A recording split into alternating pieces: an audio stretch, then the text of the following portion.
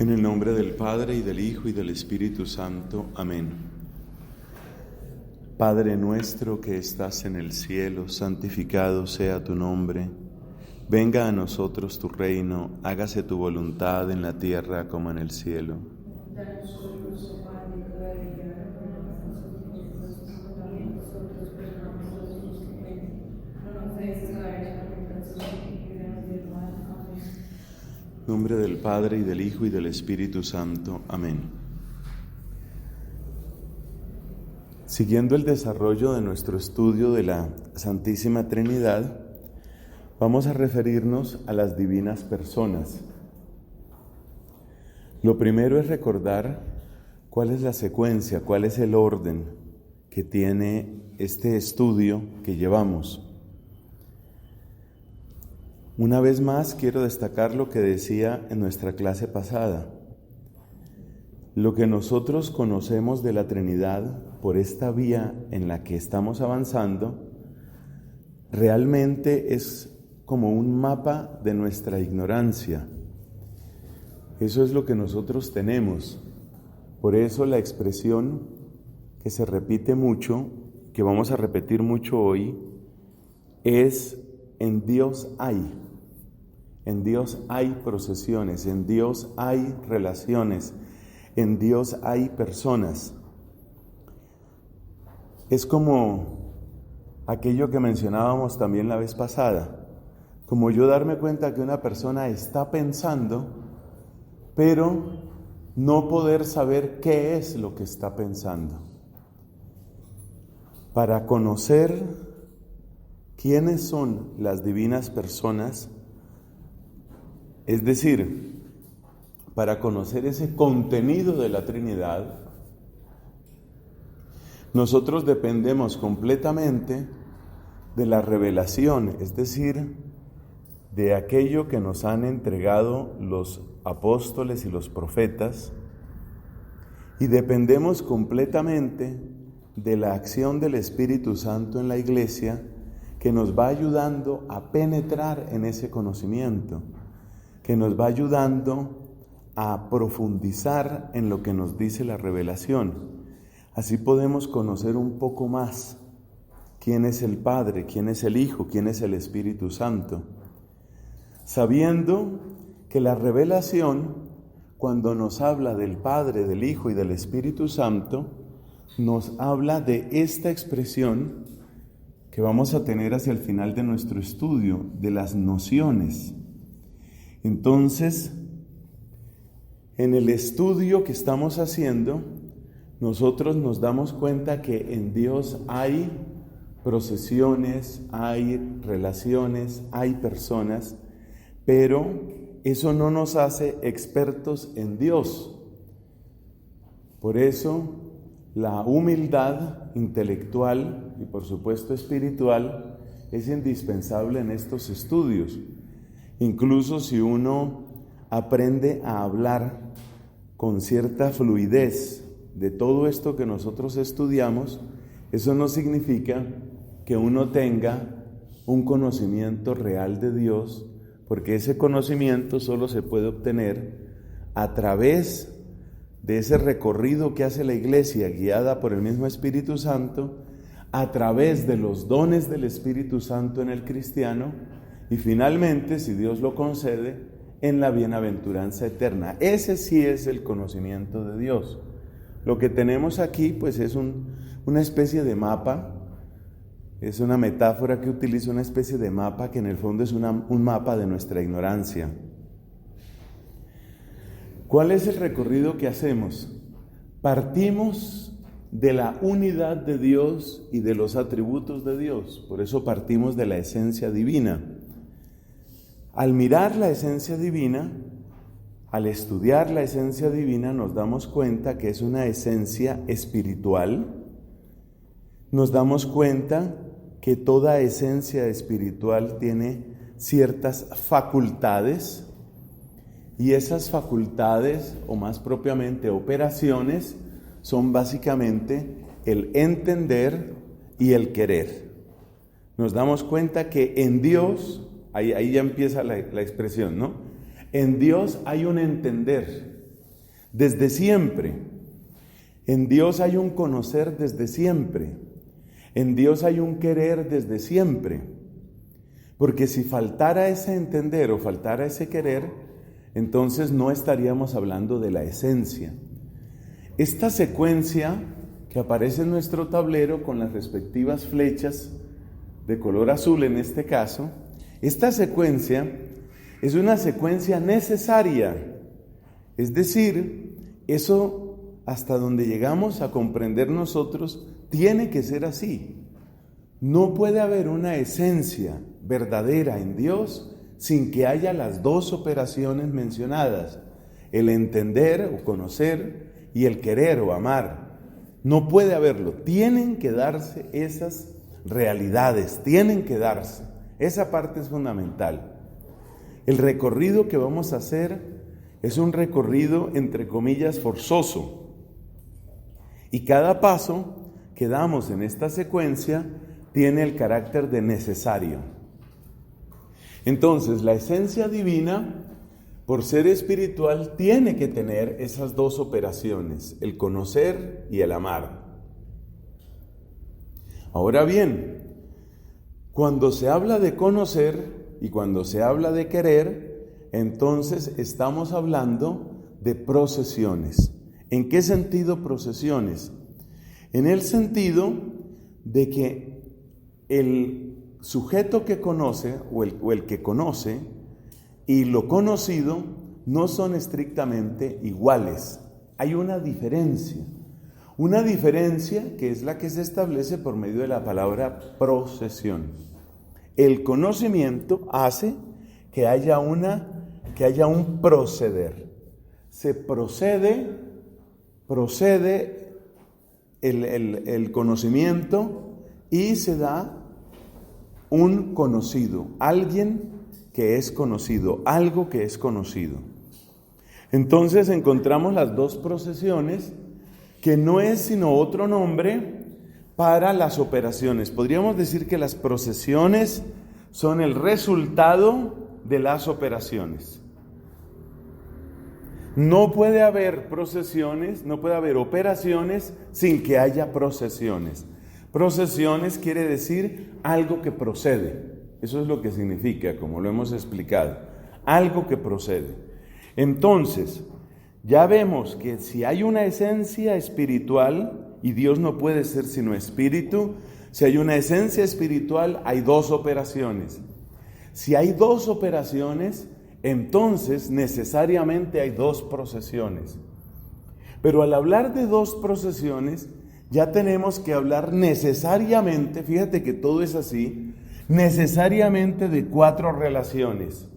Porque en toda procesión yo siempre puedo referirme a un término de, llamémoslo así, de inicio, que es lo que en latín se llama el terminus a quo, o sea, de donde sale, y un terminus ad quem, es decir, a donde se llega.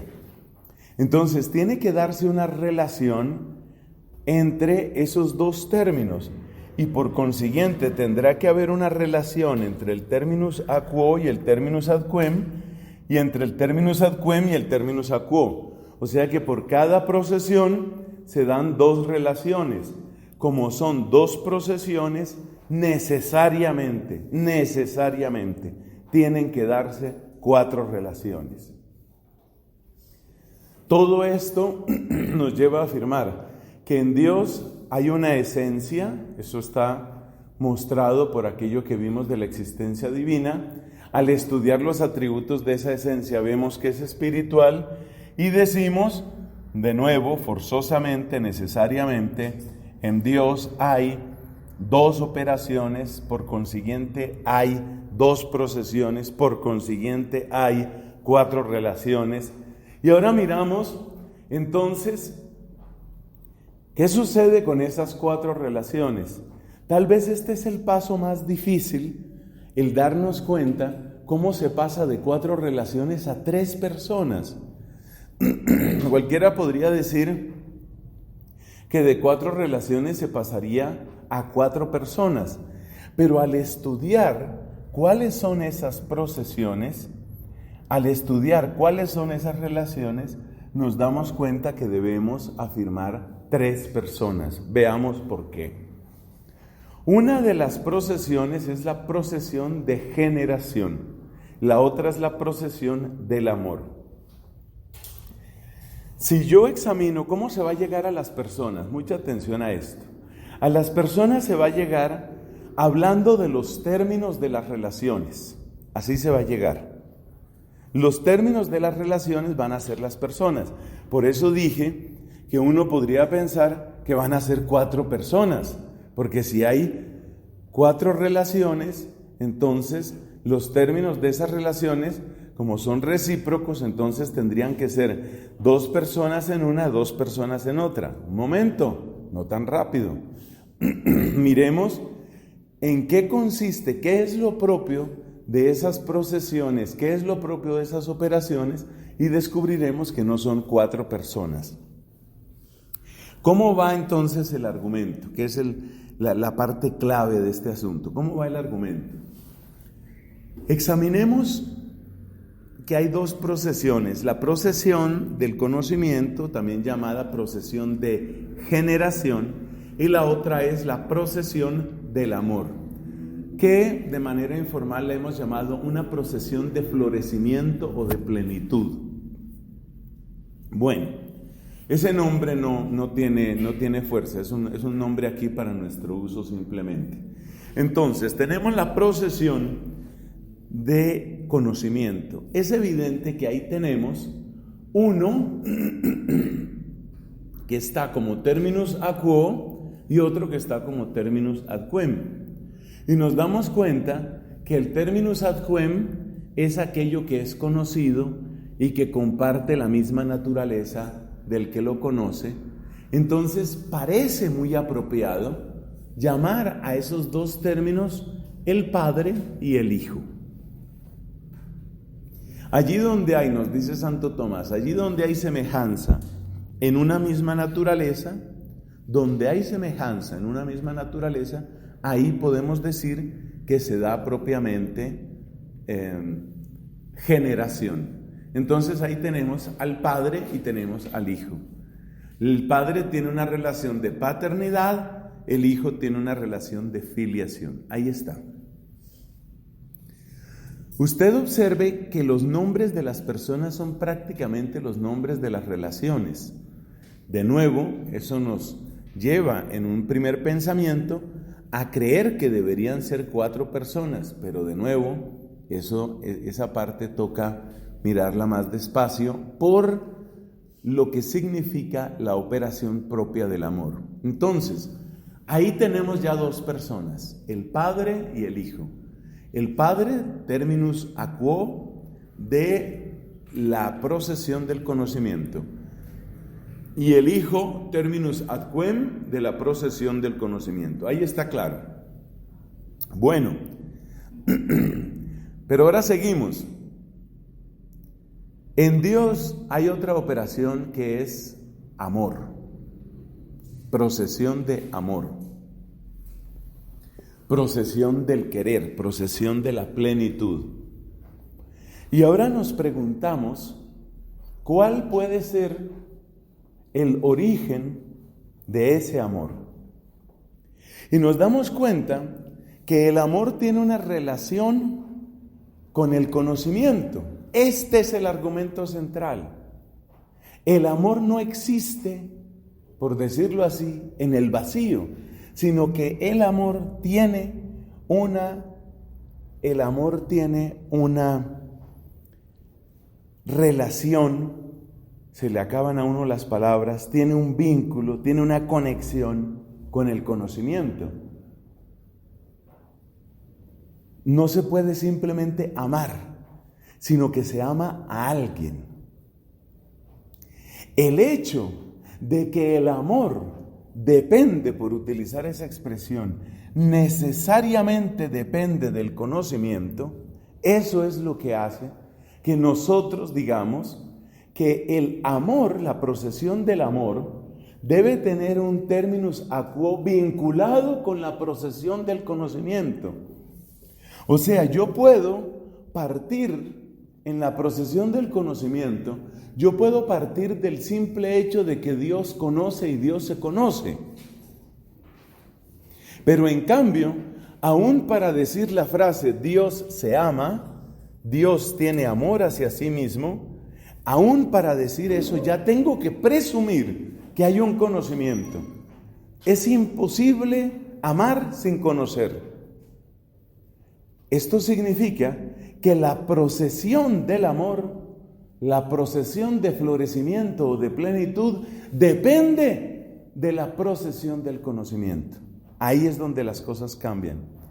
Por eso ustedes se dieron cuenta que en una clase anterior hacíamos un diagrama en el que la procesión del amor la vinculábamos con la procesión del conocimiento.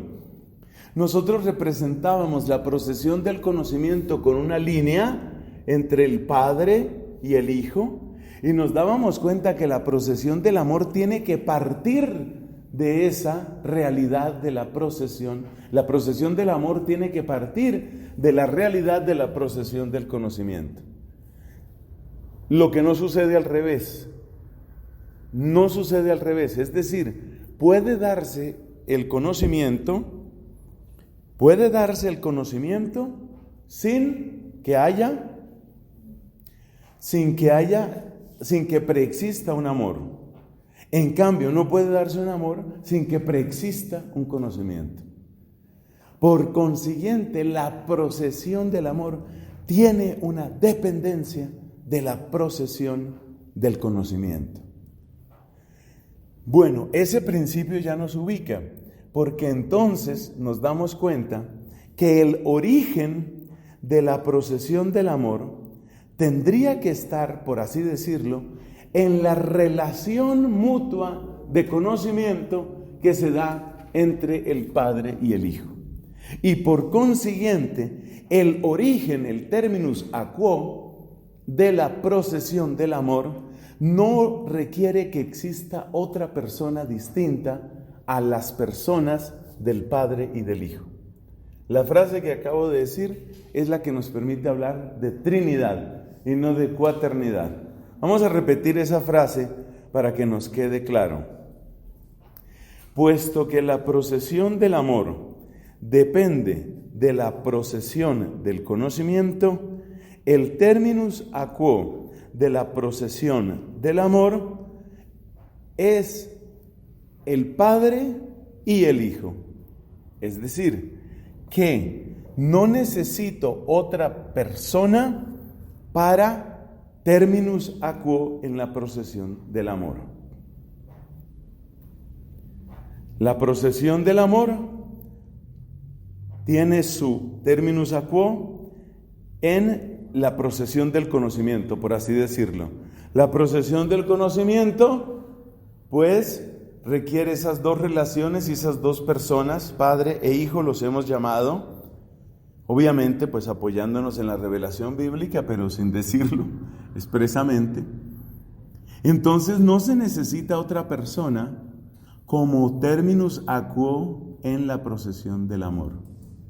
Si no se necesita esa otra persona, entonces quiere decir que en la procesión del amor el terminus a quo es el Padre y el Hijo. Es el Padre y el Hijo. Ahora, en cuanto al terminus ad quem, nos damos cuenta que ese terminus ad quem no puede ser ni el Padre, ni puede ser el Hijo. Si ese terminus ad quem no es ni el Padre ni el Hijo, entonces tenemos que decir que hay otra persona, otro término en esa procesión del amor, y a ese otro término es al que nosotros llamamos Espíritu Santo. Por eso hablamos de tres personas.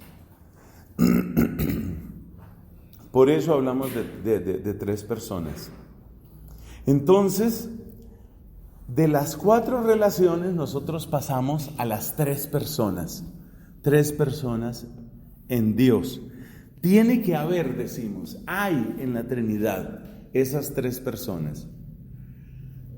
Bueno, pero tratemos de argumentar un poco más, tratemos de argumentar un poco mejor. ¿Por qué nosotros decimos que ese terminus ad quem en la procesión del amor es propiamente diferente del Padre y del Hijo? Miremos cuál fue el argumento que nosotros utilizamos para decir que había una forma de diferencia entre el Padre y el Hijo. Resulta que las relaciones, en algún momento lo estudiábamos en la clase pasada o antepasada, las relaciones son reales. Las relaciones no son mentales, no son de razón, no son virtuales. Las relaciones son reales. Si las relaciones son reales, tiene que darse una diferencia real. Si una relación es virtual, puede decirse que no hay diferencia entre el comienzo y el final. Por ejemplo, que es el ejemplo que siempre hemos dado, el del autor que escribe una novela. El autor escribe una novela en la cual hay un personaje que se llama Rigoberto. Bien, si yo soy el autor y estoy pensando en mi personaje Rigoberto, no hay que construir una persona diferente para que exista Rigoberto. Basta con que exista yo. No se necesita nada más, porque la relación que yo tengo con Rigoberto es una relación virtual. Por eso no se necesita otra persona. Pero si las relaciones son reales, entonces no existe una relación real de una persona consigo misma. Ese dato creo que no lo dijimos cuando estudiamos ese tema. No existe una relación real de una persona con ella misma, por la sencilla razón de que si una persona tiene una relación de conocimiento, de amor consigo misma, esa relación no multiplica a las personas, es la misma relación, es la misma relación. Ahora bien, ya si se dice la relación que yo tengo con lo que yo conozco de mí, ya eso es otra cosa, porque entonces sí hay una relación real entre lo que yo conozco de mí y yo. Ahí sí hay una relación real, porque no se puede suprimir lo que yo soy de lo que yo conozco de mí.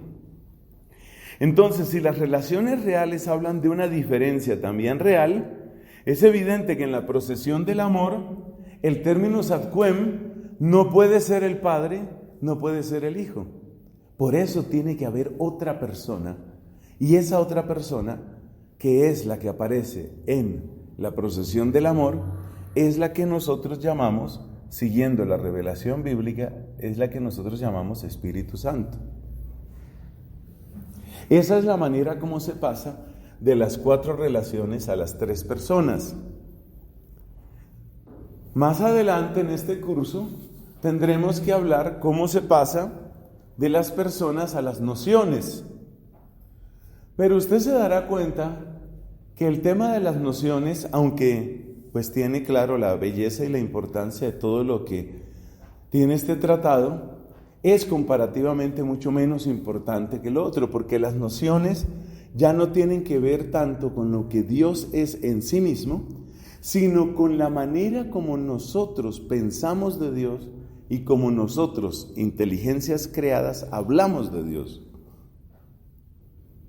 Entonces nosotros, al referirnos a Dios, encontramos ciertas nociones que son como apropiaciones. Nosotros hacemos apropiaciones. Fíjate que cuando hablábamos de la esencia divina, hablábamos de atributos. En las nociones, nosotros vamos a hablar de apropiaciones.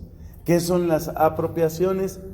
Las apropiaciones son aquellas conceptualizaciones nuestras, aquellas afirmaciones nuestras basadas en la Escritura que nos parecen más apropiadas cuando se refieren a una u a otra de las personas divinas.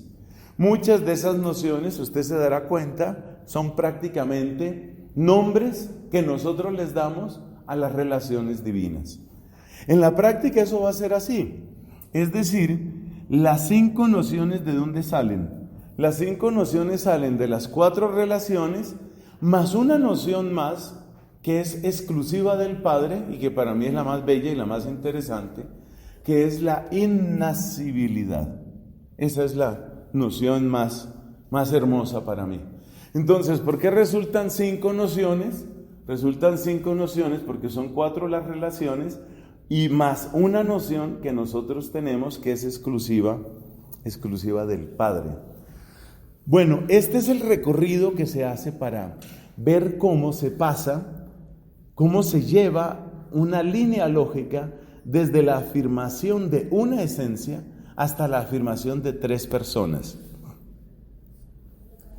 Observemos que este es un proceso, ya lo he destacado, es un proceso de razonamiento, podríamos llamarlo de razonamiento forzoso.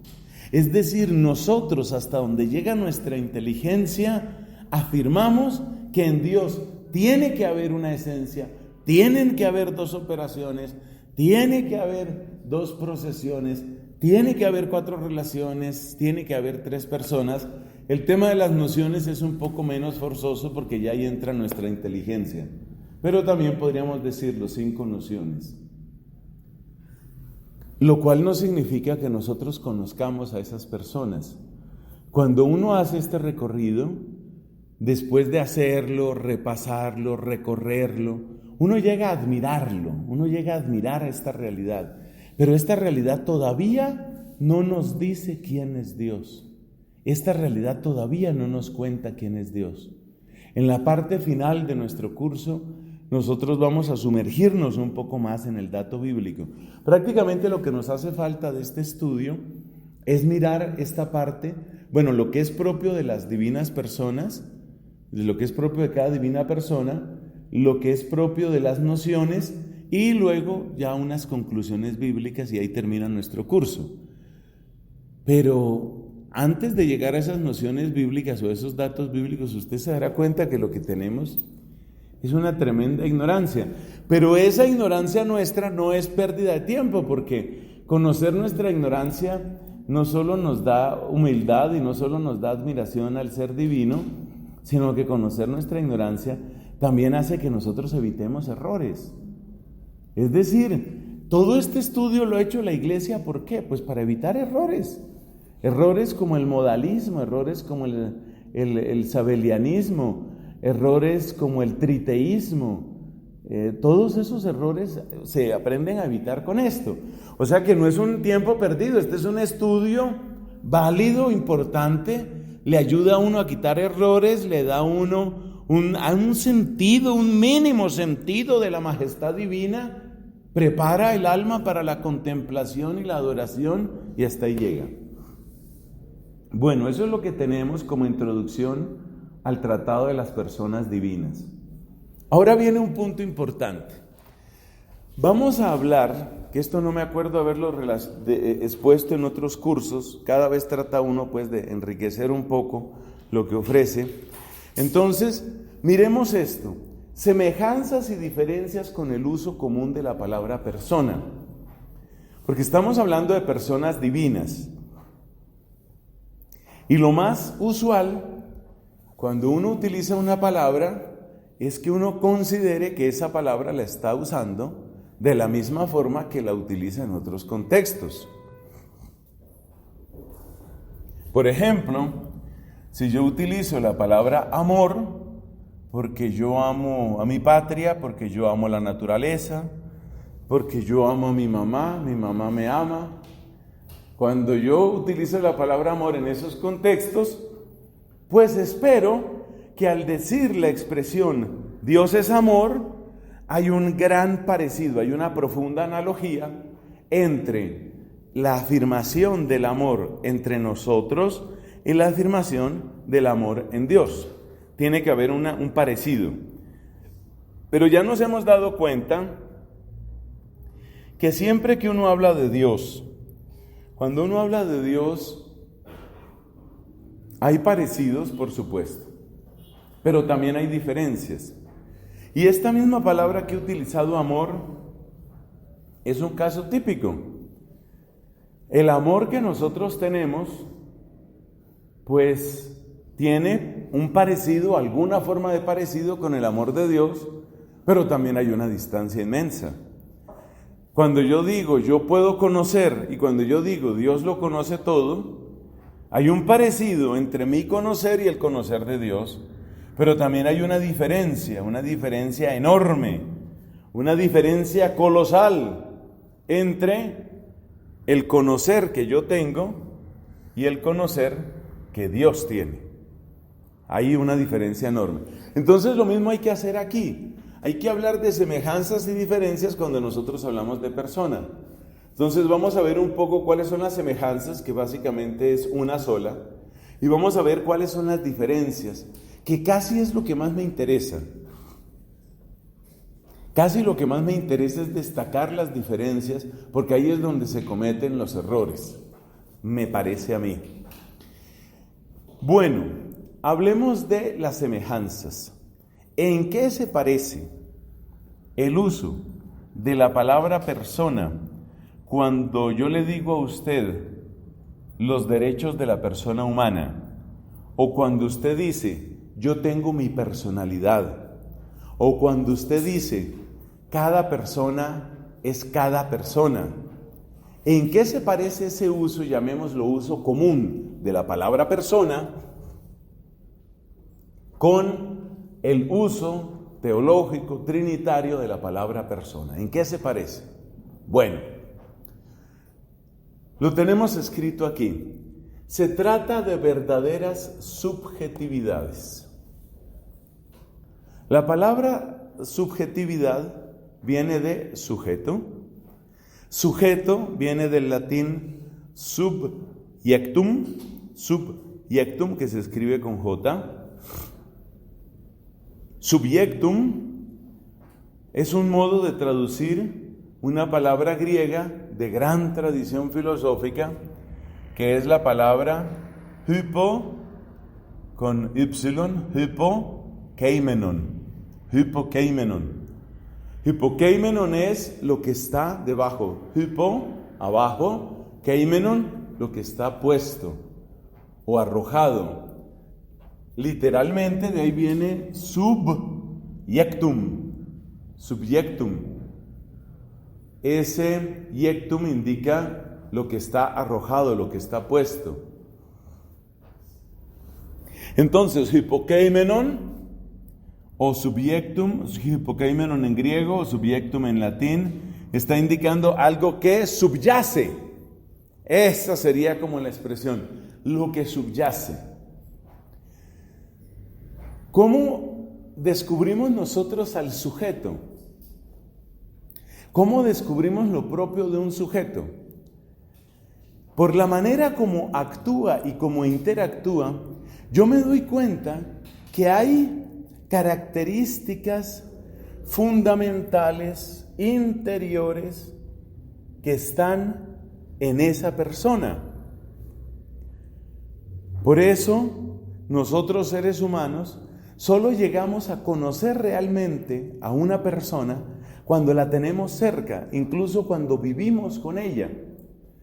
Eso nos pasa mucho a nosotros religiosos y pasa mucho en la vida familiar. Después de años de vivir con una persona, uno se va dando cuenta que en las más diversas circunstancias, esa persona tiene expresiones, actitudes, acciones que uno puede suponer y que uno termina suponiendo que dependen de factores, de condiciones muy profundas. Por ejemplo, he visto que un compañero mío de comunidad es una persona extrovertida. ¿Por qué lo he visto? Bueno, porque hemos compartido muchos años, hemos conversado muchas veces. Con él estuvimos muchas veces en capítulo conventual. Tuvimos que compartir unos 2 capítulos provinciales. Hemos estado en salidas comunitarias, descansos, recreos, estudios, trabajos, misiones. O sea, lo he visto en muchas circunstancias y en todas esas circunstancias me doy cuenta que es una persona que tiende a ser extrovertido, Él se mete con la gente, es el primero en saludar, se interesa por los demás. Entonces yo llego a una conclusión, a partir de toda esa evidencia, que la he recogido seguramente en muchos años, yo llego a decir, mire, este que obra de esta manera en tantos lugares, tiene dentro de sí una característica, y puedo llegar a decir, él es. Ya no me refiero a él actuó así, hizo esto, prefirió esto, rechazó esto, sino que ya me atrevo a utilizar esa expresión, él es. Él es extrovertido. Me doy cuenta que es una característica, ¿cómo las llamamos? De fondo. Digo, en el fondo es una persona extrovertida. O también digo, en el fondo es una persona sincera. O digo, en el fondo es una persona desconfiada. ¿Por qué es una persona desconfiada? Porque cuando se habló, por ejemplo, vamos a recibir diaconado, la expresión que a él le salió fue, habrá que ver si es cierto. Vamos a irnos a tal parte, quién sabe si allá nos reciban. Vamos a hacer esta misión, quién sabe si ese plan funcione. O sea, tantas veces le he notado ese escepticismo, que yo me doy cuenta que hay algo de fondo. Eso que hay de fondo es lo que subyace. O sea, ya me doy cuenta que no es una actitud temporal, accidental, porque todos podemos ser escépticos en un determinado momento. Pero cuando ya veo que es mucho tiempo, mucho tiempo, entonces me doy cuenta que se trata de algo propio del ser. Es decir, que hay algo que subyace. Así es como uno conoce a las personas. En principio, podemos decir que las personas que más se conocen entre sí son las personas que viven más conectadas, más unidas, mucho más que nosotros, por supuesto, que son los de la familia. Entonces, el conocimiento que una madre llega a tener de los hijos es algo simplemente asombroso. Porque la mamá ha conocido al niño y luego ya crecido al joven y luego al hijo grande y viejo. Lo ha conocido en las más diversas circunstancias y sobre todo lo ha conocido en circunstancias en las que no tiene cómo esconderse, en las que no ha aprendido a esconderse. Entonces, por eso algunas mamás se dan cuenta, este hijo fue perezoso hasta para nacer. Desde el nacimiento eso era. Prefería aguantar hambre que tomar pecho.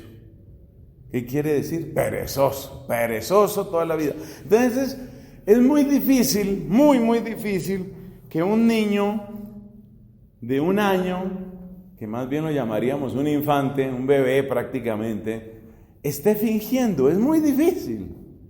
Esa persona no está fingiendo. Entonces hay un conocimiento impresionante que los papás y sobre todo las mamás tienen de los hijos. Es un conocimiento muy grande. Conocimiento que las mamás pueden utilizar bien o pueden utilizar mal. Porque también hay mamás que manipulan y también hay mamás que pretenden en todo gobernar la vida de los hijos. Pero que tiene el conocimiento, lo tiene. Los esposos se conocen mucho. Sobre todo porque en la intimidad se da una relación de profunda entrega. Y la entrega, el acto de entregarse, sobre todo en la intimidad, supone el deseo voluntario de suprimir toda barrera, toda aduana, todo límite. Por eso los esposos se llegan a conocer muchísimo, tanto que en la Biblia, como sabemos, se habla del verbo conocer y una de las acepciones es intimidad. Y conoció a su mujer. En ese momento se da un conocimiento que tiene una profundidad única.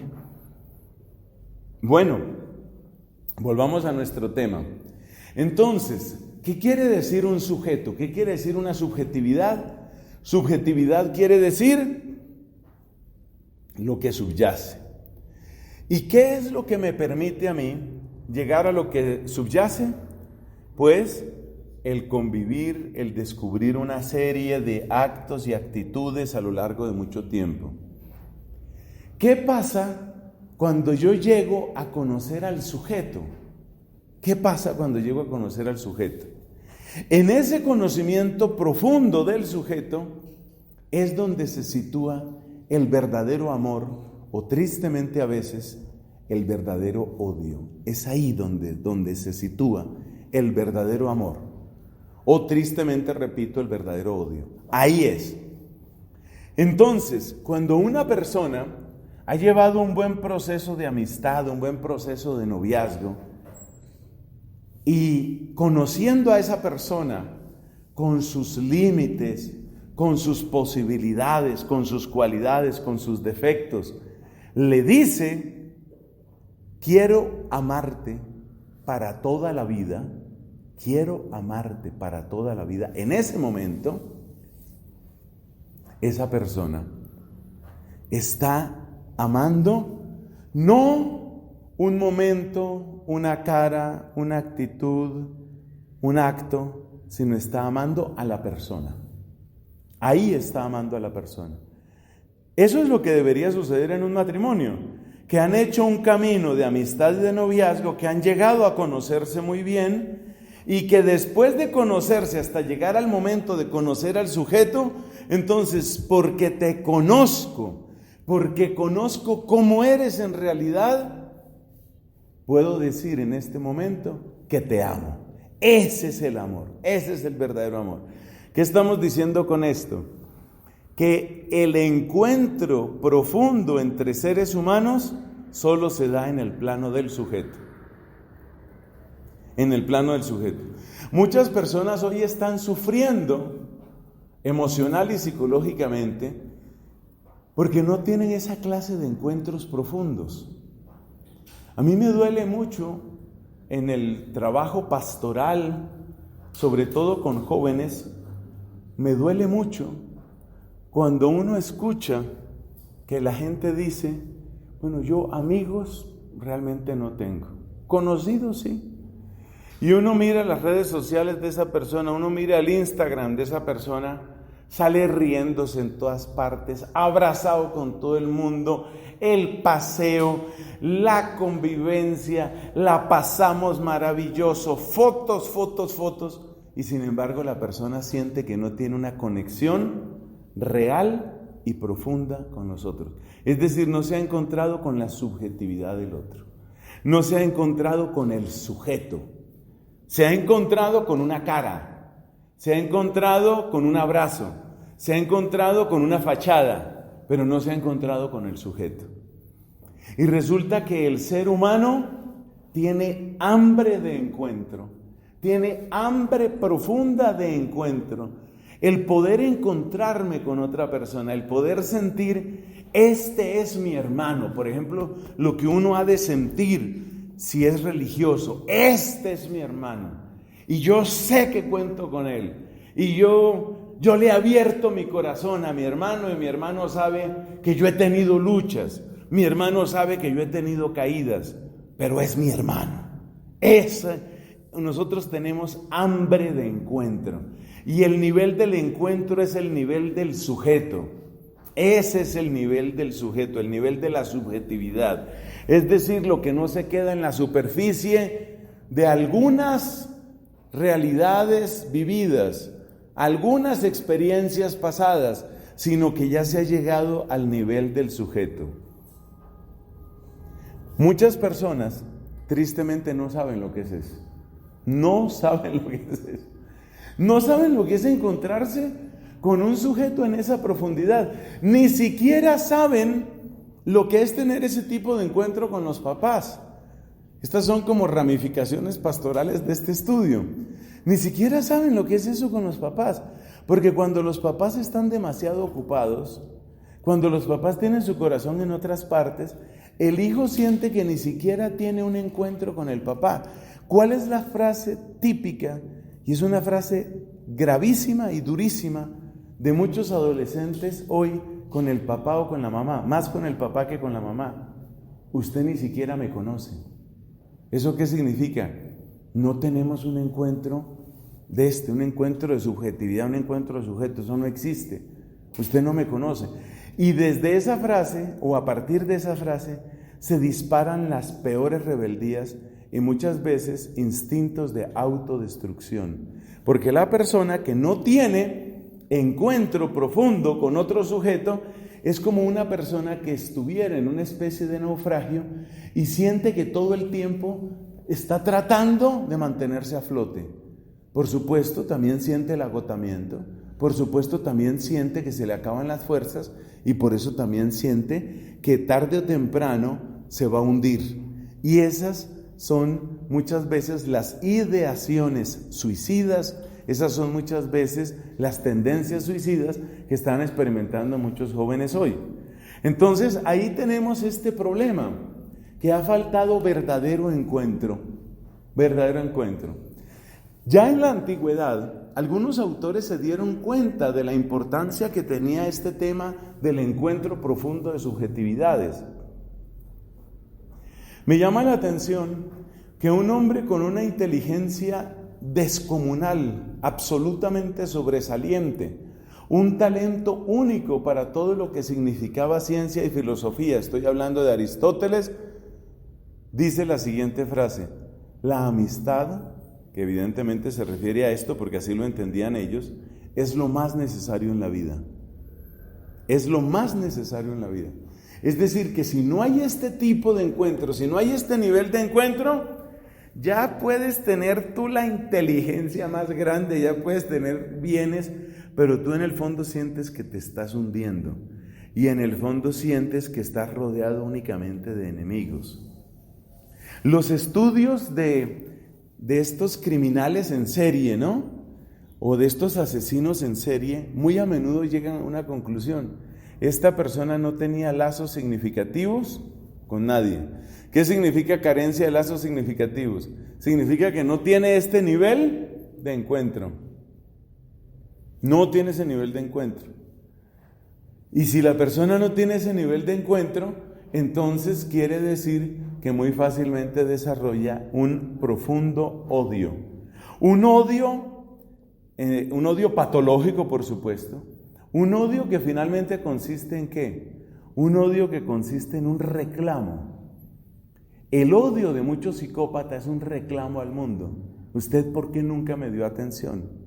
¿Usted por qué nunca se preocupó por mí? ¿Usted por qué nunca tuvo tiempo para mí? Pero es como si el psicópata le quisiera gritar eso a toda la sociedad. A toda la sociedad le quiero gritar eso. ¿Por qué no te ocupaste nunca de mí? Yo no soy demasiado amigo de Netflix, pero aprovecho algunos viajes, ya que mi hermano me tiene suscrito a su cuenta. Entonces aprovecho algunos viajes de esos que me toca hacer, pues para ver algunas películas y series. Y hace poco estaba viendo la serie, y la vi completa, la serie de este terrorista doméstico en Estados Unidos, conocido como el Unabomber. Eso lo escriben con una U, Unabomber se escribe. Bueno, este fue un terrorista que empezó a enviar paquetes.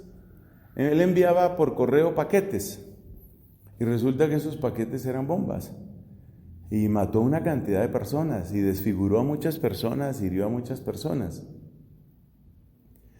Es una serie impresionante, sobre todo por todo el camino que tiene que recorrer el FBI para tratar de identificar quién era esta persona, que era prácticamente un criminal de máxima categoría.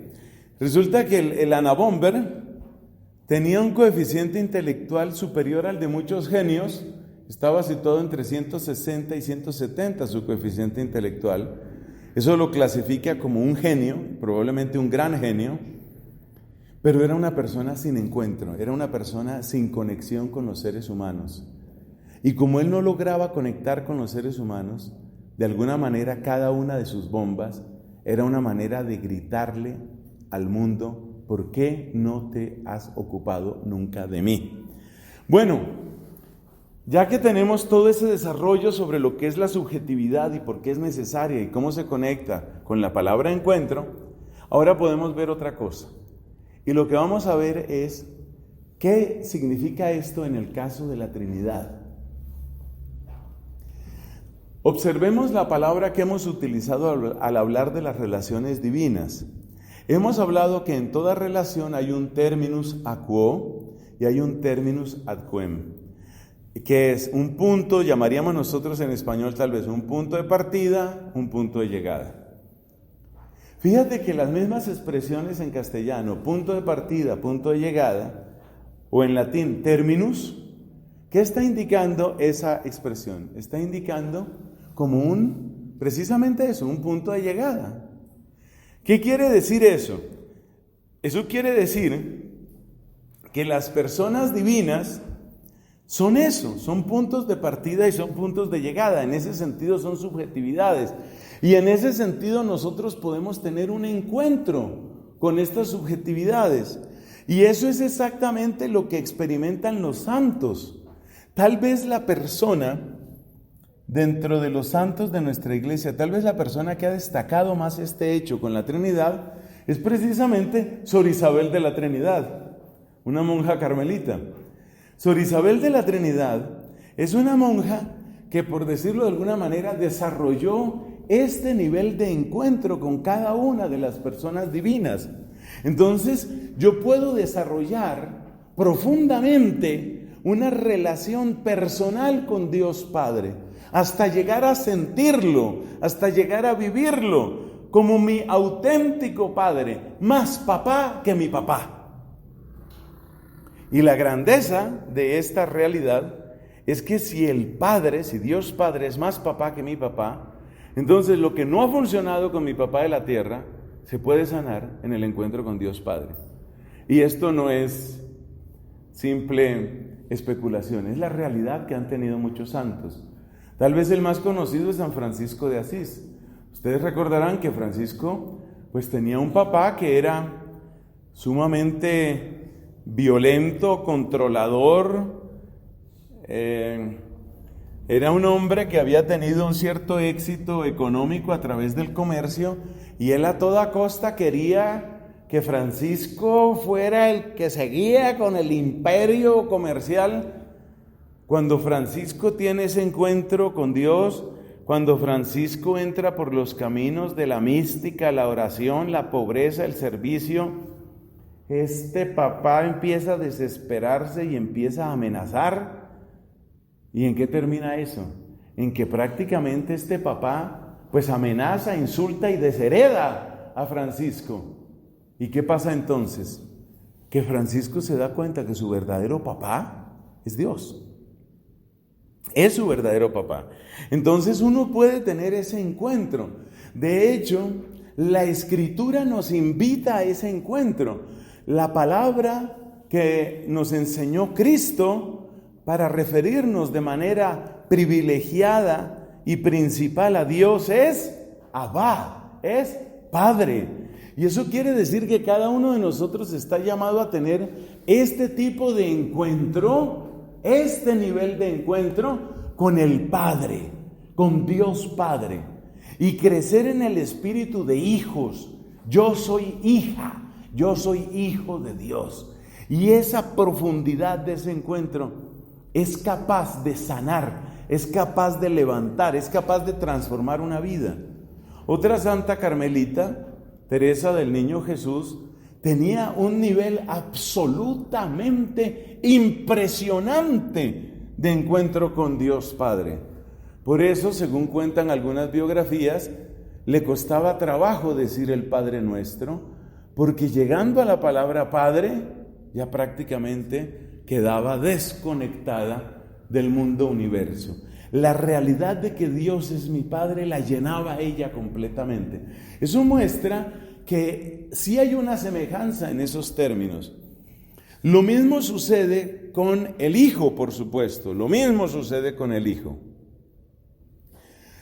Fíjate que los dos ejemplos que he dado, he dado tres ejemplos, de relación con Dios Padre, ¿no? Francisco de Asís, Isabel de la Trinidad y Teresa del Niño Jesús. Uno se va dando cuenta que hay como una primacía femenina. Eso no nos debe extrañar. en general son las mujeres las que son más sensibles a vivir esta realidad y a vivirla con más intensidad. Eso se nota mucho también con el hijo. Tenemos una gran cantidad de mujeres ya desde el principio, desde los primeros siglos del cristianismo, que han tenido una relación absolutamente intensa, completa, profunda con Jesucristo, hasta el punto de hablarse de un desposorio, como el que se casa, como casarse con Cristo. Muchas de aquellas cristianas de los primeros siglos, bueno, muchas digo en comparación con lo que tal vez vemos ahora, descubrieron con tanta claridad la realidad de Jesucristo en sus vidas y establecieron con la persona de Cristo una alianza tan intensa que la única manera que encontraron de describirla es: mi amado es para mí y yo soy para mi amado, como dice el Cantar de los Cantares. Y eso significa una relación esponsal, una relación que muchas de ellas defendieron incluso hasta la muerte. Entonces aquí hay que recordar a una serie de mujeres. Hay que recordar a una mujer, prácticamente una niña, debo decir, que tendría unos 12, 13 años, en la antigua Roma. Esa mujer se llamaba Inés. Estamos hablando por allá del siglo III, en tiempos de persecución. A esta niña la persiguen por ser cristiana. Pero resulta que esta niña estaba prácticamente en la edad de matrimonio en aquella época. En la antigua Roma, que ya no era tan antigua en ese momento, en Roma había la costumbre, que también hubo en muchos otros sitios y en muchas otras épocas, de que las niñas se casaban realmente muy pronto, prácticamente en la adolescencia. Podría decirse que la demora era que la niña estuviera facultada para ser mamá y ya ahí era dada en matrimonio. Entonces, por eso encontramos tantas adolescentes que ya estaban comprometidas. Entonces, Inés, en esa edad en que las chicas ya estaban en ese proceso, pues prácticamente de escoger pareja, o de que les escogieran pareja, que era lo más frecuente, pues Inés escogió su pareja. Mi pareja es Cristo. Yo estoy con Cristo.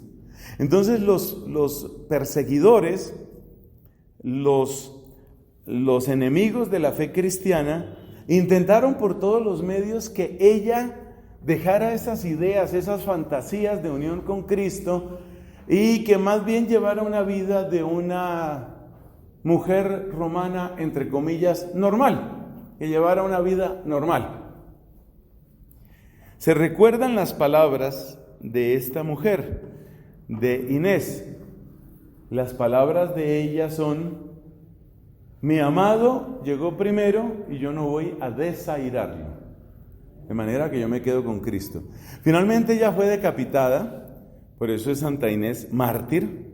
Ella se casó con Cristo. Entonces fíjate hasta dónde llega ese nivel. Ese mismo estilo de unión profunda con una persona divina encontramos en otras personas. Por ejemplo, encontramos en Santa Catalina de Siena. Hay un parecido, lejano, pero lo hay un parecido con Inés. Porque también Catalina, cuando estaba en esa edad, ¿cierto?, que ya viene el desarrollo de la mujer, ya queda la posibilidad de ser mamá, pues la mamá de Catalina, que se llamaba Lapa, esa historia la conozco un poco más, porque hay más biografías y porque pues es dominica, ¿no? Hay que también hacer mención que es dominica. Entonces la mamá, que se llamaba Lapa, pues ya estaba haciendo lo que hacía toda mamá italiana de aquella época. Hay que ponerla bien bonita, de manera que pueda conseguir una buena pareja. Tiene que estar bien bonita mi chinita. Y resulta que Catalina toma una decisión drástica, porque ella sentía que ella era de Cristo, y su decisión drástica fue cortar su preciosa cabellera, que era de lo más apreciado en esa época y creo que en muchas otras épocas, y eso fue un problema mayúsculo en la casa. ¿Cómo se le ocurre pues a esta muchacha? Pero todo surge ¿de dónde? De esto, de encuentro. Todo surge de una relación profunda con la persona de Cristo. Bueno, y en términos de los hombres, Yo quiero mencionar aquí el caso de Ignacio de Loyola porque para mí es muy, muy significativo. Ignacio de Loyola, que como sabemos, tenía una experiencia profunda en la vida militar y había sido como su gran pasión en la juventud. Él conocía por la vida militar dos cosas que luego trasladó y además sublimó en su encuentro con Cristo. ¿Cuáles son esas dos cosas? Ignacio de Loyola tomó de la vida militar aquello de lo que es luchar bajo una bandera y con un general, con un jefe. El tener un jefe. Hasta estar dispuesto a seguir las órdenes de ese jefe, aunque parecieran absurdas. Porque un ejército no sobrevive si tiene 2.500 generales. El ejército tiene un general. De hecho, la palabra general quiere decir el que tiene el comando general, el que organiza toda la compañía. Entonces, eso de pelear tras la bandera de un general y seguir las órdenes de un general, eso lo incorporó Ignacio. Por eso, la Compañía de Jesús, fundada por él, le da tantísima importancia a la obediencia. Y luego otro elemento absolutamente clave es el defender al compañero. No se puede sobrevivir en la batalla si usted no le guarda la espalda a su compañero. Usted tiene que cuidar a su compañero, porque solo si nos cuidamos entre todos, tenemos mayor esperanza de vencer. Entonces, la palabra fraternidad creo que no es la palabra más adecuada para describir lo que Ignacio de Loyola quería para los jesuitas. No es fraternidad exactamente, porque no es tanto algo así como lo que uno se encuentra en un Francisco de Asís, ¿no? En un Francisco de Asís sí se enfatiza mucho en la fraternidad, tanto que ellos hablan de la fraternidad como parte de su carisma. Nuestro carisma incluye la fraternidad, el ser comunidad. No, los jesuitas no son tanto de qué rico estar en comunidad, y no es tanto eso. Pero sí es el apoyo, es el yo te apoyo, tú me apoyas, yo te defiendo, tú me defiendes. Con todo lo bueno que eso tiene, también con todo lo peligroso que eso tiene. Porque muchas veces eso hace que un jesuita, viendo que otro jesuita está enseñando herejías, se queda callado porque no voy a atacar a mi propio hermano, hasta allá llega la solidaridad de ellos. Entonces es una especie de solidaridad, una solidaridad profunda, una especie de camaradería elevada a la última potencia, la que hay entre los jesuitas. Pero lo más importante de esto es que el mismo Ignacio tenía una relación con Cristo que solo se puede describir como una alianza, como un socio. La palabra socio para Ignacio es importantísima, la palabra socio. Es clave, porque la palabra socio, ¿qué es lo que está indicando? Socio está indicando que estamos compartiendo la misma suerte. Y mire usted esto tan bello que a mí me parece hermosísimo de San Ignacio de Loyola. Él sentía que él era el socio de Cristo. ¡Qué cosa tan linda esa! Es muy parecido, podríamos decir que es algo así como una traducción muy masculina de lo de las mujeres. La mujer siente, yo soy la esposa de él, lo que a él le pase me tiene que pasar a mí, donde a él lo lleven, a mí me llevan, eso habla la esposa. Algo parecido siente Ignacio con Cristo, yo soy el socio y estaré con él, pase lo que pase estaré con él y lucharé sus batallas y pasaré por sus humillaciones, yo tengo que hacer ese camino. Ese es Ignacio, o sea que claramente tiene una relación de encuentro. Es absolutamente impresionante. Los ejercicios espirituales de San Ignacio son una preciosa obra del Espíritu Santo que tiene por propósito que tú llegues a esto. ¿Qué es lo que quieren los ejercicios espirituales? Que Cristo deje de ser para ti un recuerdo, un extraño, una teoría, unos mandamientos, que Cristo llegue a ser para ti tu socio, tu mejor amigo, tu esposo de tu alma, Es decir, que tu relación con Cristo llegue a ese punto en el cual tú dices, yo tomo la bandera de Cristo, que ese es el lenguaje que utiliza Ignacio. Por eso en los ejercicios espirituales hay un momento clave, que es el momento de las banderas. Entonces, bueno, a ver, ¿detrás de quién va usted? Porque finalmente esto se queda en dos banderas, o con Dios o con el diablo, con Cristo o con Satanás. Escoja su bandera. Y es escoger la bandera que es, yo arrojo toda mi vida a los pies y en el camino de Jesucristo. Esa es una relación personal. Bueno, más complicado es, o menos frecuente, es lo de la relación personal con el Espíritu Santo. Como veremos en otra de nuestras clases, la relación con el Espíritu Santo es muy compleja por algo que ya mencionábamos cuando hablamos de la procesión del amor, en la clase pasada me parece que fue. Ahí veíamos que la procesión del amor,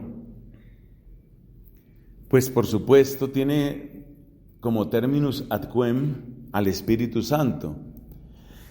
Pero fíjate que el encuentro con el Espíritu Santo es mucho más misterioso, si se quiere, que el encuentro con el Padre o con el Hijo. Y la razón profunda, ¿cuál es? Que lo que me permite a mí encontrarme con el Padre como verdadero hijo, como verdadera hija suya, lo que me permite encontrarme con el Padre es el Espíritu Santo. Lo que me permite reconocer en Cristo a mi Salvador, mi Señor, el esposo de mi alma, como lo dice también un San Juan de la Cruz, el socio, como lo dice San Ignacio de Loyola, el lazo que me ama, que me ama y que me amarra al Padre, al Espíritu Santo, al Padre, al Hijo, es el Espíritu Santo. Es decir, quien hace posible mi encuentro con el Padre, en ese nivel profundo del que estamos hablando aquí, quien hace posible ese encuentro, ¿quién es? El Espíritu Santo. Y quien hace posible el encuentro con el Hijo, en ese nivel profundo como el de San Ignacio de Loyola, ¿quién es? El Espíritu Santo. Entonces, esto empieza a explicarnos por qué es tan difícil esa relación personal con el Espíritu Santo. Yves Congar, el gran teólogo del siglo XX, decía, el Espíritu Santo es el gran desconocido. Podemos decir que al Espíritu Santo lo conocemos más por lo que hace. Al Espíritu Santo lo conocemos más, oiga esta frase que es la frase más rara que va a oír en esta clase. Al Espíritu Santo lo conocemos sucediendo en nosotros. O sea, usted conoce que el Espíritu está sucediendo en usted. Me parece que dimos esta comparación la otra vez. Si usted se da cuenta que sus ojos ahora ven de otra manera, si usted se da cuenta que su escuchar es distinto, si usted se da cuenta que su corazón ama de una forma diferente, usted se da cuenta que está pasando el Espíritu. Pero es que la misma Escritura se refiere al Espíritu en esos términos bastante misteriosos. Tú sientes su paso, pero no sabes de dónde viene ni a dónde va. Entonces el encuentro con el Espíritu es un encuentro mucho más misterioso, mucho más misterioso. Y sin embargo, sí se da un encuentro personal. ¿Por qué se da un encuentro personal? Porque aquellos que se arriesgan, digo yo entre comillas, aquellos que se arriesgan a tener una relación más profunda con el Espíritu, empiezan a experimentar cambios en sí mismos. Entonces, uno conoce al Espíritu Santo como por reflejo. No es lo mismo que el conocimiento que uno puede tener de la persona del Padre, de la persona del Hijo, mientras somos peregrinos en esta tierra. Yo conozco al Espíritu, bueno, que me perdone el Espíritu Santo lo que voy a decir, pero yo conozco al Espíritu Santo como yo conozco un buen tratamiento médico. Realmente me siento mejor. ¿Qué está haciendo ese tratamiento médico? Me recetaron unas inyecciones, tienen que ponerme una inyección cada 2 días. Qué pereza con esas inyecciones, pero ¿le ha servido? mire, me ha servido de maravilla. Me siento, pero mucho mejor. ¿Qué hicieron esas inyecciones? Pues yo la verdad no sé explicarlo, pero me siento mucho mejor. Algo así es como uno conoce al Espíritu. Es decir, uno conoce al Espíritu como sucediendo dentro de nosotros. La otra razón por la que es muy difícil explicitar nuestro encuentro con el Espíritu Santo es porque el Espíritu Santo es precisamente el que transforma nuestra subjetividad. Cuando yo me encuentro con el Padre, yo siento que ese sujeto, divina persona del Padre, se encuentra con mi subjetividad. Cuando yo tengo una relación personal con el Hijo, yo siento que ese sujeto, divina persona del Hijo, se encuentra con mi subjetividad. Pero cuando yo me encuentro con el Espíritu Santo no es la subjetividad del Espíritu y mi subjetividad, sino que el Espíritu Santo cambia mi subjetividad. Es el Espíritu Santo el que cambia mi subjetividad.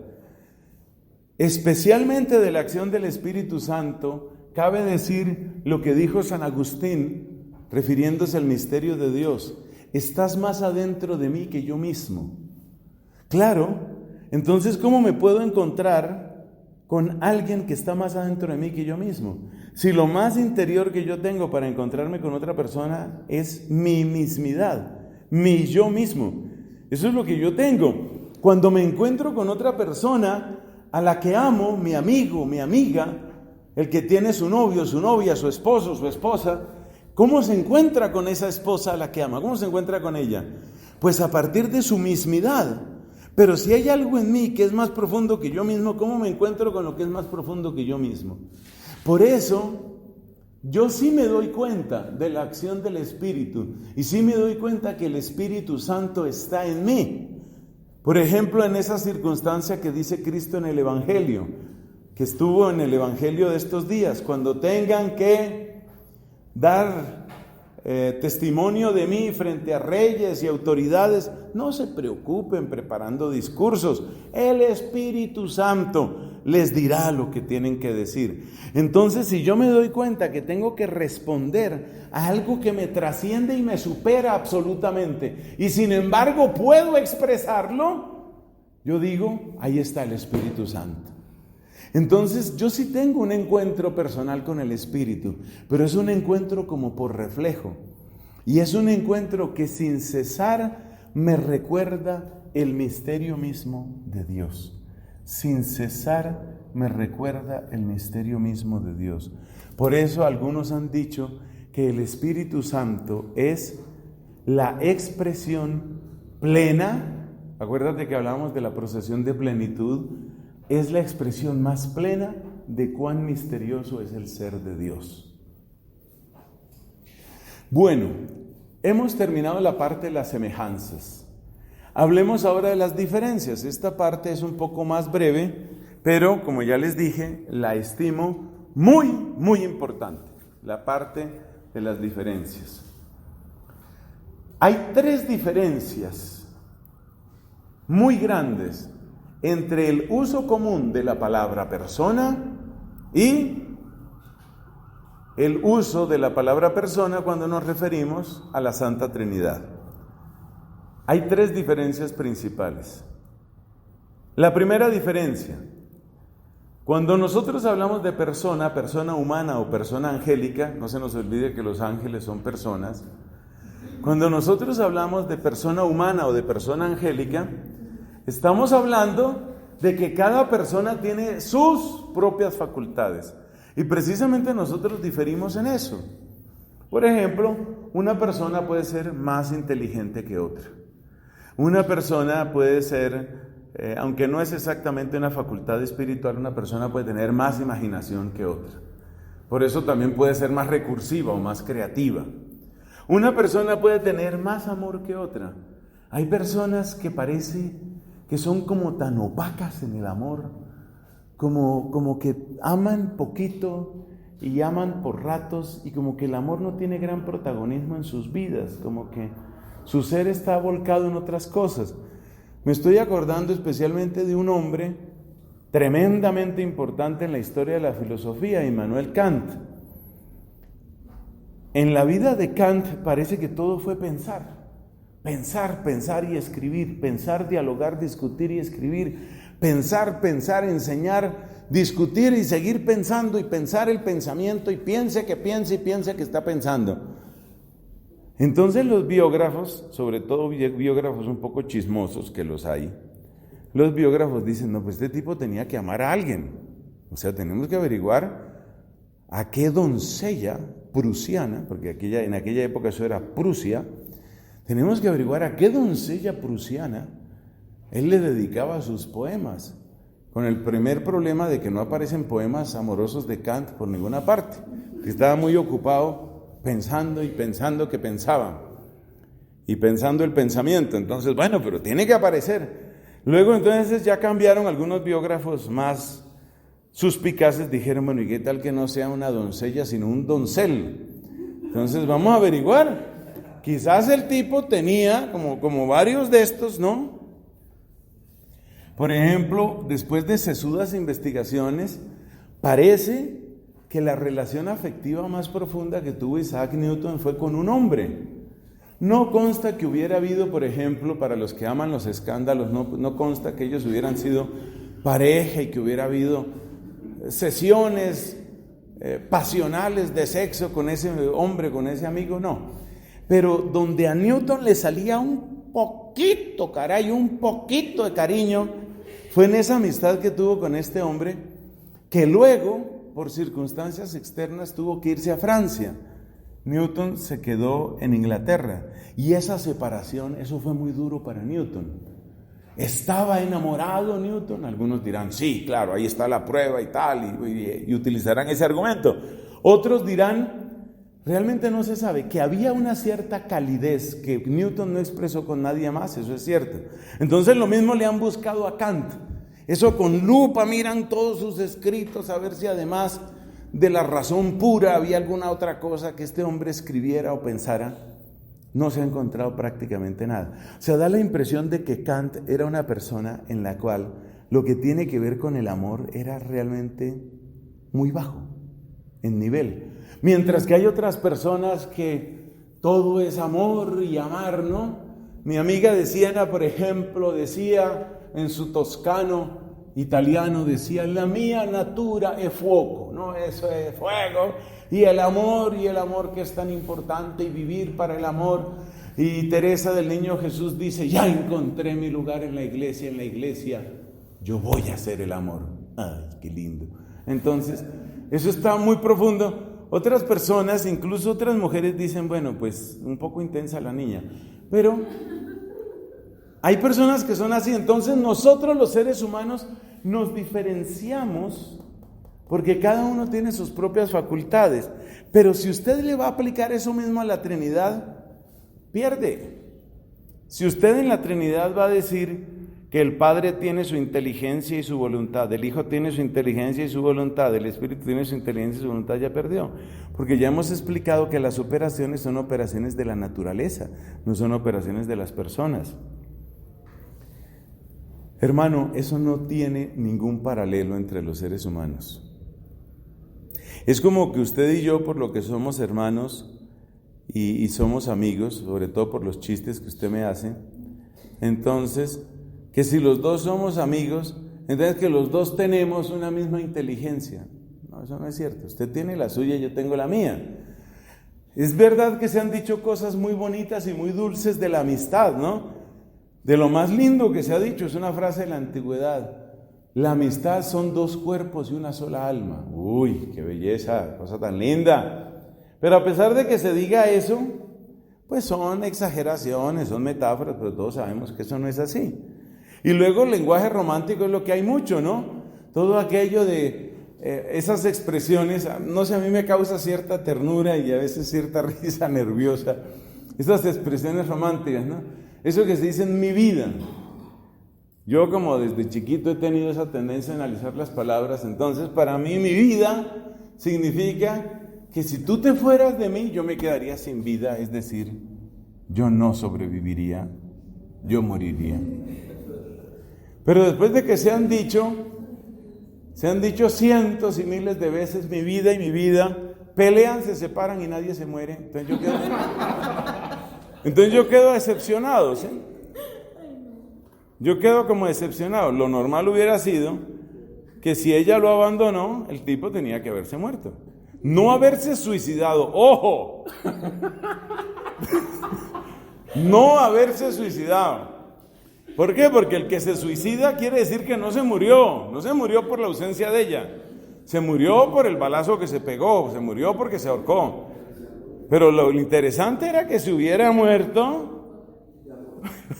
y se hubiera muerto de amor. Estamos muy irónicos hoy. Entonces, eso quiere decir que ese lenguaje pues no convence. Ese lenguaje no convence. O sea que cada uno tiene su facultad. Eso no sucede en las divinas personas. Eso no sucede en las divinas personas. Entonces no hay un conocer del Padre y un conocer del Hijo. Por eso hay dos expresiones, de las cuales ya mencioné una en la clase pasada. Hay dos expresiones que son tremendamente frecuentes al hablar de la Trinidad. Dos expresiones.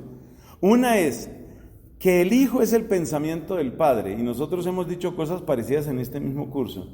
Y otra es que el Espíritu Santo es el amor entre el Padre y el Hijo. Si usted examina con extremo cuidado y con absoluta formalidad esas expresiones, usted se da cuenta que eso no es cierto. No es correcto decir, en la más absoluta, en el más absoluto rigor, no es correcto decir que el Hijo es el pensamiento o la idea del Padre, no. Más bien tendríamos que decir, pero es que ya no suena tan bonito, entonces tendríamos que decir, el Hijo es el término de la relación de conocimiento que existe en la naturaleza divina. Eso sí se puede decir. El Hijo es el término de la relación de conocimiento que hay en la naturaleza divina. Y el Padre es el término de origen. Es el término de origen en el conocimiento que hay en la naturaleza divina. Claro que al decir que es término de origen y que es término de llegada, pues da la impresión de que el Hijo es el conocimiento del Padre.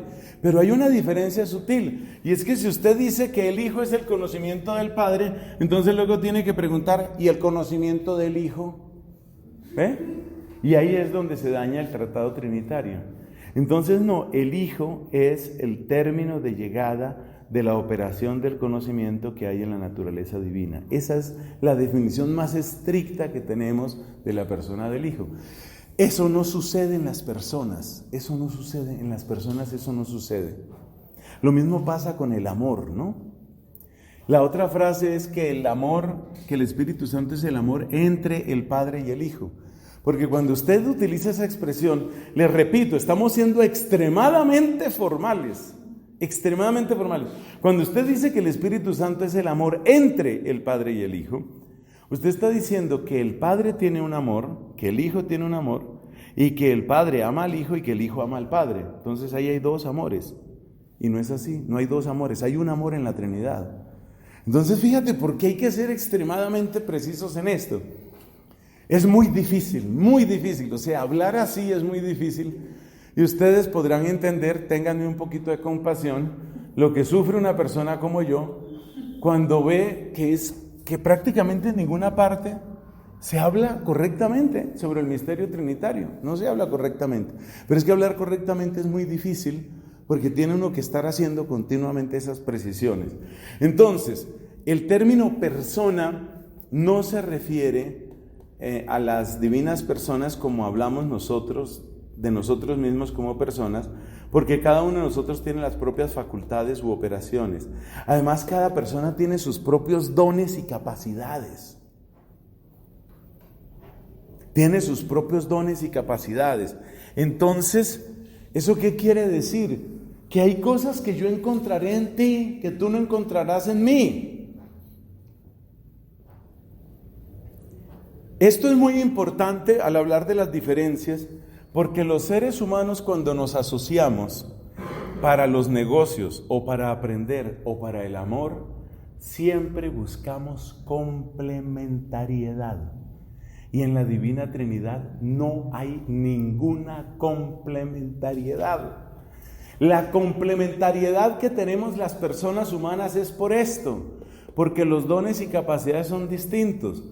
Como Dios en su misericordia me ha concedido casi 28 años de vida sacerdotal y uno ha tratado tantísima gente y tantas familias y tantas parejas, entonces usted podrá comprender que yo he visto muchos ejemplos de lo que le voy a decir. Cuando uno conoce una pareja feliz, ¿no? Entonces siempre dicen, nosotros nos complementamos. Entonces dicen una pareja, dice ella, yo en esta relación soy creativa, extrovertida, alegre, explosiva y casi desordenada. Por ejemplo, es solo un ejemplo de una pareja que conocí. Y él es el polo a tierra, él es el metódico, él es el racional. Entonces nos complementamos. Entonces él me da permiso de que yo sea la loca en esta relación y yo le tengo paciencia con que él sea así como tan metódico, tan paso a paso. O sea, nos complementamos. Lo mismo en las empresas. En las empresas tienen que complementarse. Incluso lo decía el Papa hace rato. Este Papa Francisco decía, hace unos cuantos meses decía, bastante tiempo, eso ya fue hace años, cuando él hablaba de que es muy peligroso rodearse de los yes men, es decir, rodearse de gente que todo esté de acuerdo contigo, ¿no? Esos son los yes men. Entonces los yes men, hoy habría que decir yes people, ¿no? Para no lastimar la sensibilidad. Entonces, los yes men o los yes people, ¿qué son? Rodearse de gente que es como yo, que piensa como yo y que dice lo mismo que yo. Ese es un error. Usted necesita, en una mesa directiva, usted necesita gente que tenga criterios diferentes para que haya complementariedad. En la Trinidad no hay complementariedad entre las personas. En ese sentido, y esta frase le va a parecer muy extraña a usted, en ese sentido la Trinidad es monótona. No hay complementariedad entre las personas. No es que el Espíritu Santo es el que pone el estilo, el Hijo es el que pone la seriedad, el Padre es el que no. No existe eso. Entonces ahí entiende usted cómo yo sufro y mueren mis hígados cada vez que vienen con esa idea de que familia divina y familia divina. Es decir, 20 años después de que pase este curso, usted todavía se estará acordando de esta clase cada vez que llegue la Sagrada Familia y allá diga el párroco, bueno, estamos celebrando la Sagrada Familia, pero ¿qué les diré yo si Dios mismo es familia? Otra vez con eso. Yo finalmente el análisis que hago es, bueno, todo eso me quitará purgatorio. Es el análisis que yo hago. Entonces, las personas humanas tenemos nuestros propios dones y capacidades y así nos complementamos.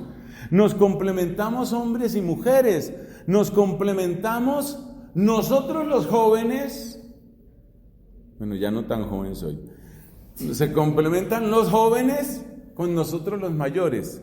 Es que yo estoy dolido porque en mi provincia hicieron unos encuentros de formación permanente y a mí ya me mandaron con los viejos. ¿Usted sí supo eso?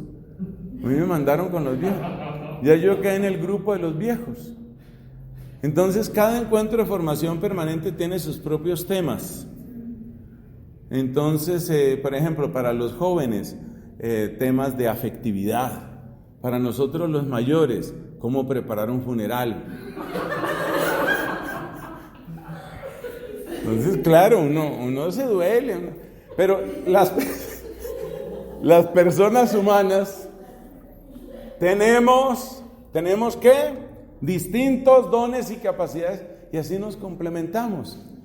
Entonces, por ejemplo, en una comunidad religiosa, si usted mira a una religiosa feliz de ser religiosa, casi siempre ella te va a decir, mira, en mi comunidad somos tan distintas, mira, cada una es un mundo, pero nos integramos y somos una comunidad. Eso es esto. Bueno, me permito decirle, esa no es la Trinidad no funciona así.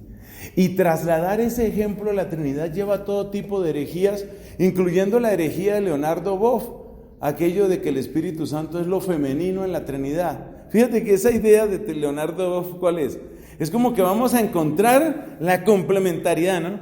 está como muy masculino eso, Padre, Hijo, no, metámosle lo femenino. Entonces el Espíritu Santo, que al fin y al cabo ruah es palabra femenina en hebreo, entonces metámosle lo femenino, ya que ahora sí quedó contrabalanceado.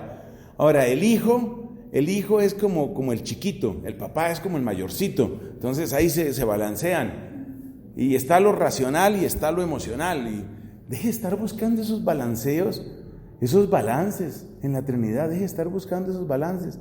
La Trinidad no necesita eso, la Trinidad no es eso.